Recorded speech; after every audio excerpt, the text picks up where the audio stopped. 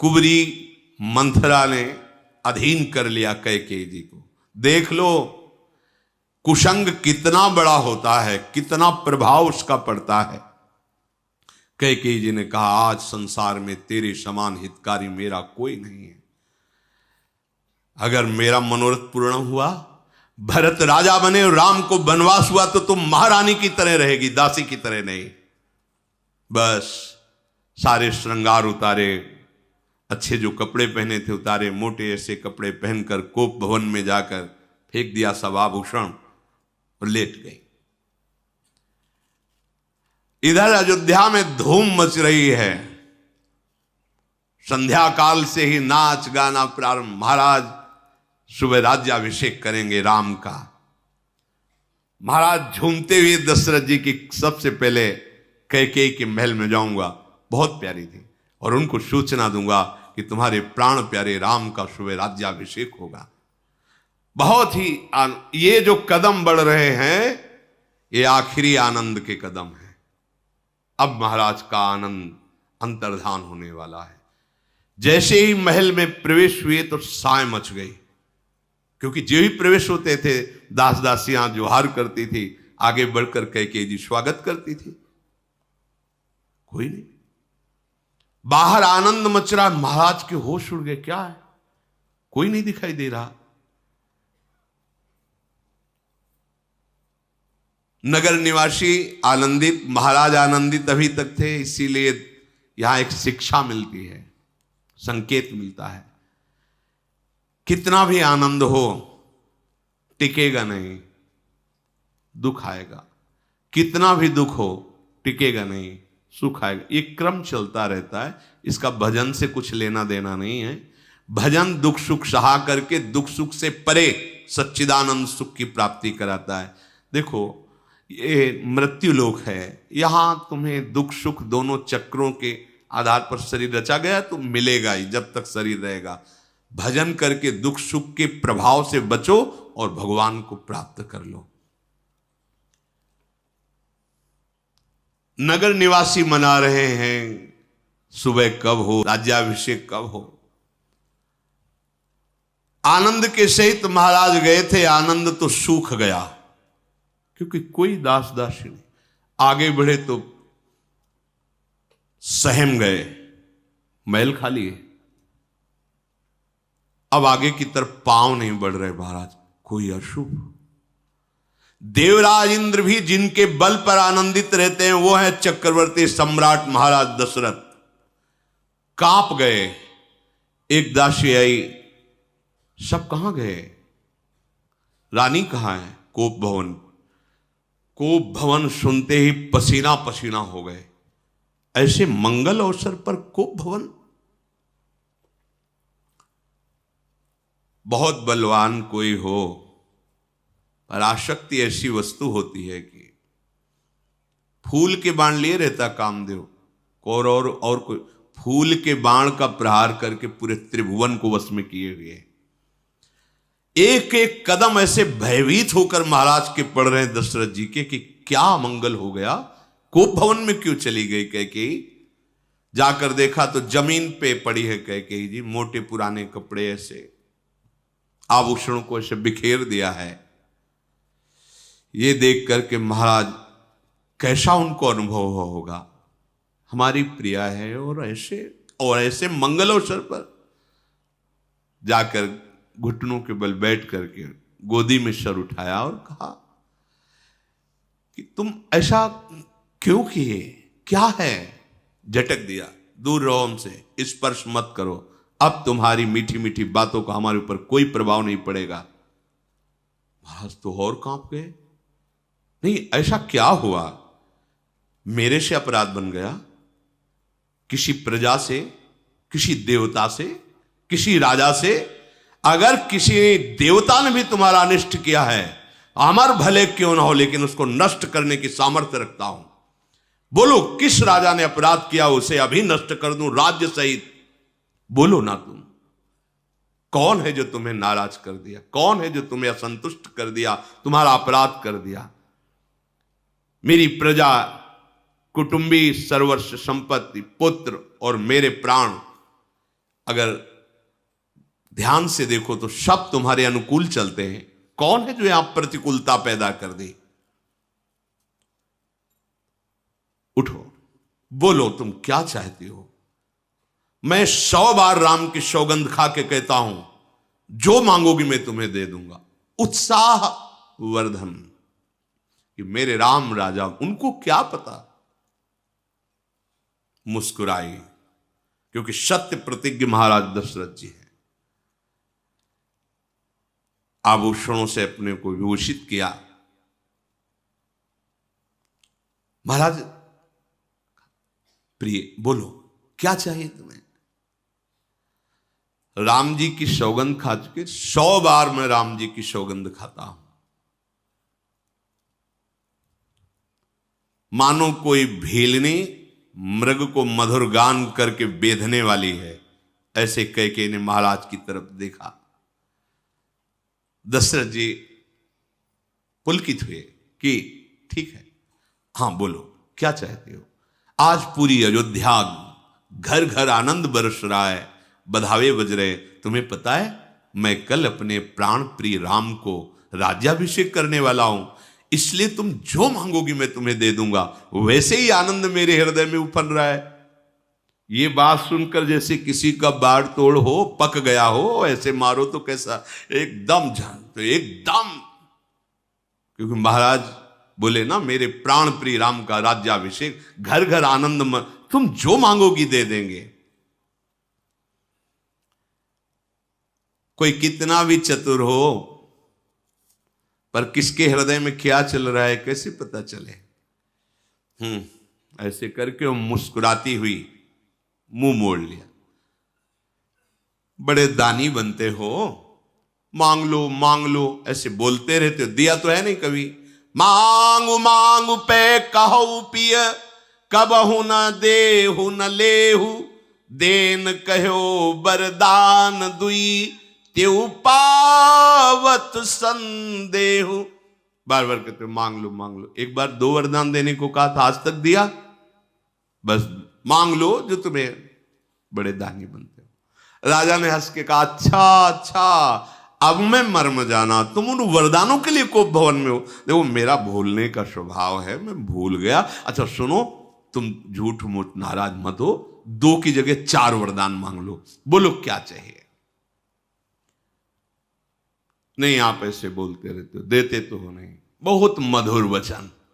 महाराज हंसकर बोले, तेहि पर राम शपथ करियाई, सुकृत स्नेह अवधि रघुराई। मेरे सुकृतों का पूर्ण फल मेरे राम है। मैं राम की कसम खा के कहता हूं, तुम जो वरदान मांगोगी मैं तुम्हें दे दूंगा। राम की शपथ खाने अब और मुस्कुराई कैकेयी। महाराज दशरथ को लगा जो मांगे। प्राण प्यारे महाराज, अच्छा लगा दशरथ जी, चलो प्रसन्न हो गई। प्राण प्यारे महाराज, मेरी मन की बात सुनोगे। आपने तो राम की शपथ खा ली है, अब तो आपको वरदान देना ही पड़ेगा। पहला वरदान है भरत का राज्याभिषेक। सुनहु प्राण प्रिय भावत जी का, देहु एक बर भरत ही टीका।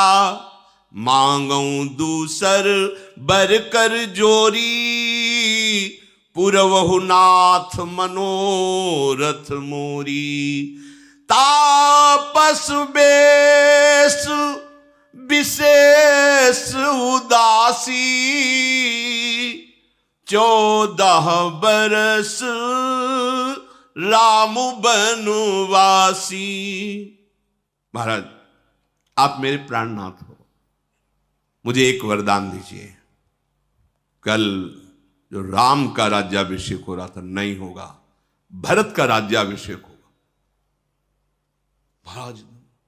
और दूसरा वरदान, तपस्वियों का विशेष आचरण करते हुए, अर्थात किसी नगर में नहीं जाना, कोई भी राजभोग स्वीकार नहीं करना, तपस्वी भेष में विशेष तपस्वियों का आचरण करते हुए 14 वर्ष तक राम वनवास में। महाराज तो ऐसे जैसे वृक्ष को कोई जड़ काट दे तो धड़ाम से गिर पड़े। पहले में तो सशंकित हुए, राम का राज्याभिषेक नहीं, भरत का राज्याभिषेक, इतना दुख नहीं लगा। लेकिन जब राम को 14 वर्ष का वनवास, वो भी विशेष तपस्वी, महाराज गिर पड़े भूमि पर, हा राम हा राम, बस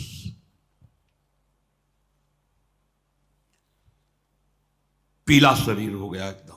महान प्रेमी भगवान के, दोनों हाथ ऐसे माथ पकड़े, नेत्रों से आंसू चलने लगे, क्योंकि राम की शपथ खा के कहा जो तुम मांगोगे मैं दे दूं। फंस गए। ये क्या, ये साक्षात मृत्यु है क्या मेरी कैकेयी? हाय मैं राम के बिना।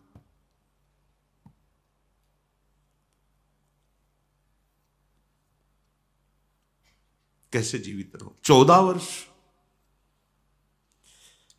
हे विधाता, ये क्या कर दिया? महाराज दशरथ बहुत व्याकुल। कौने अवसर का भयऊ गयऊ नारी विश्वास, जोग सिद्धि फल समय जिमी, जति ही अविद्या नाश। ये किस समय क्या हो गया? मैं कैसे फंस गया कि मैं राम की शपथ खा के कहता हूं वरदान जो तुम मांगोगे दे। जैसे कोई योगी सिद्धावस्था को प्राप्त होने जा रहा हो और माया नाटक करके उसको भ्रष्ट कर दे, ऐसा हो गया। मैं ऐसा असावधान कैसे हो गया? महाराज बहुत विकल हो रहे हैं।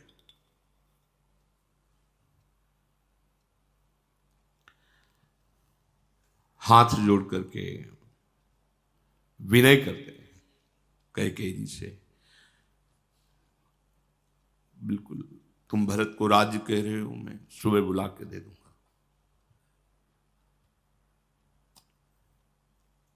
राम को तुम हमारे 14 वर्ष का वनवास, क्या बिगाड़ा है राम ने? आज तक तो हमको जहां सुनने को मिला है सबने राम की बड़ाई की। तुम्हारा क्या अपराध राम ने कर दिया?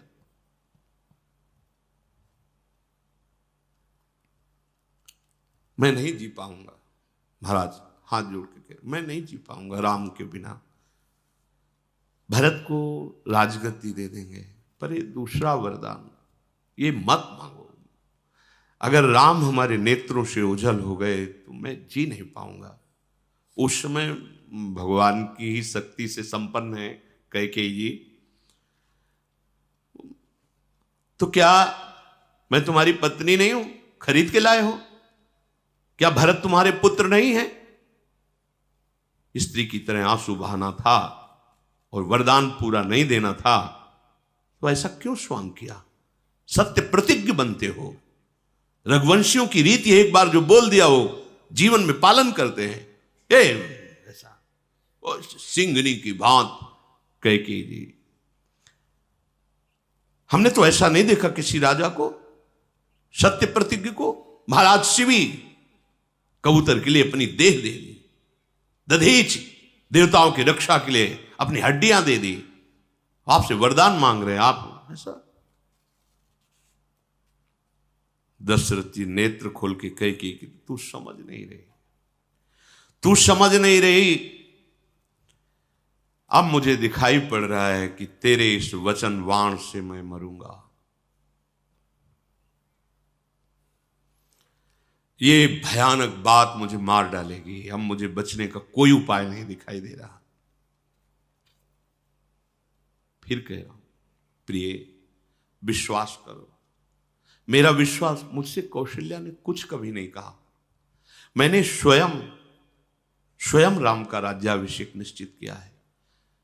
और मैं भगवान शंकर को साक्षी करके कहता हूं, भरत और राम में इतना भी अंतर मेरे हृदय में नहीं। मैं वैसे ही प्यार करता हूं, पर कुल की रीति है कि बड़ा भाई राजा हो, इसलिए मैं ना,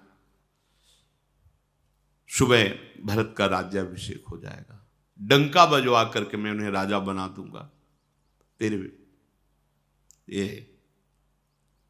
तेरे पैर पड़ता हूं, हाथ जोड़ता हूं, राम को वनवास मत दो। महाराज दशरथ जी की, तो किस बल से तुमने वरदान देने की बात कही थी और सौगंध खाई थी राम की कि जो तुम मांगोगे अवश्य दूंगा, मनोरथ खाली नहीं जाएगा? देखो, तुम क्रोध छोड़ो, हमारे हृदय की बात समझो। ये दूसरा वरदान मेरी मृत्यु है, क्या तुम ऐसा चाहोगी? अगर तुमने मजाक किया हो तो मैं क्षमा करता हूं, एक बार कह दो कि हमने दिल लगी की, मजाक की, मैं बच जाऊंगा। आज तक तो तुम राम की सराहना करती रही, स्नेह करती रही, पर आज मुझे संदेह हो रहा है कि तू कपटी है। तो राम की सराहना कपट करके करती थी, नहीं जिसे तुम अपना पुत्र मानती थी उसको 14 वर्ष का वनवास कैसे दे सकती हो? तुम्हारा स्नेह झूठा। फिर भी कहता हूं, मेरे लिए, मेरी प्राण रक्षा के लिए ये शब्द बदल दे, राम को 14 वर्ष का वनवास। ये मैं तुमसे सत्य कहता हूं कह के जिए मीन बरुबारी बिहीना, मनी बिनु फनिकु जिए दुख दीना। कहूं स्वभाव न छल मन माही, जीवन मोर राम बिनु नाही। मछली भले जल से अलग होकर जी सके, सांप मणि के बिना भले जी, यदि असंभव मर जाएगा, पर मैं तुमसे सत्य कहता हूं, राम के बिना मैं जीवित नहीं रह सकता। तुम हमारी प्रिय पत्नी हो, मेरा जीवन राम के अधीन है। कैसा पवित्र प्रेम महाराज का है। ये धन्य है, ऐसा जीवन धन्य जो भगवान से ऐसा प्रेम।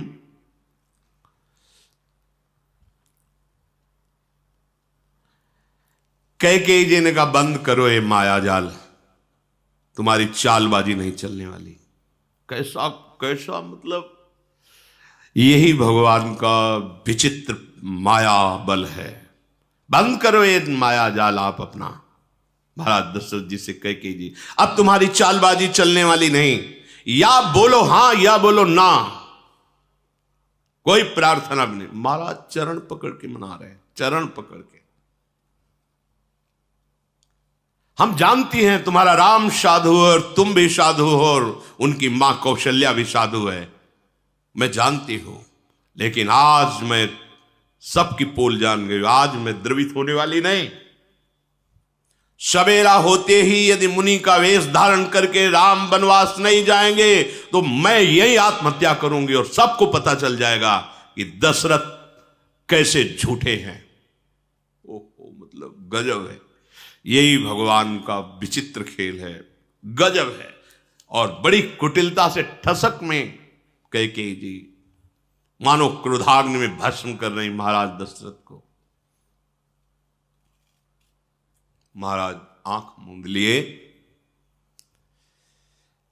देखी व्याधि असाद नृपु, परेऊ धरनि धुनि मात, कहे तो परम आरत बचन। राम राम रघुनाथ। देखा अब हमारी कोई प्रार्थना विनय चलने। राम हा राम हा राम। महाराज बेशुद्ध हो गए, मूर्छा में हो गए। राम राम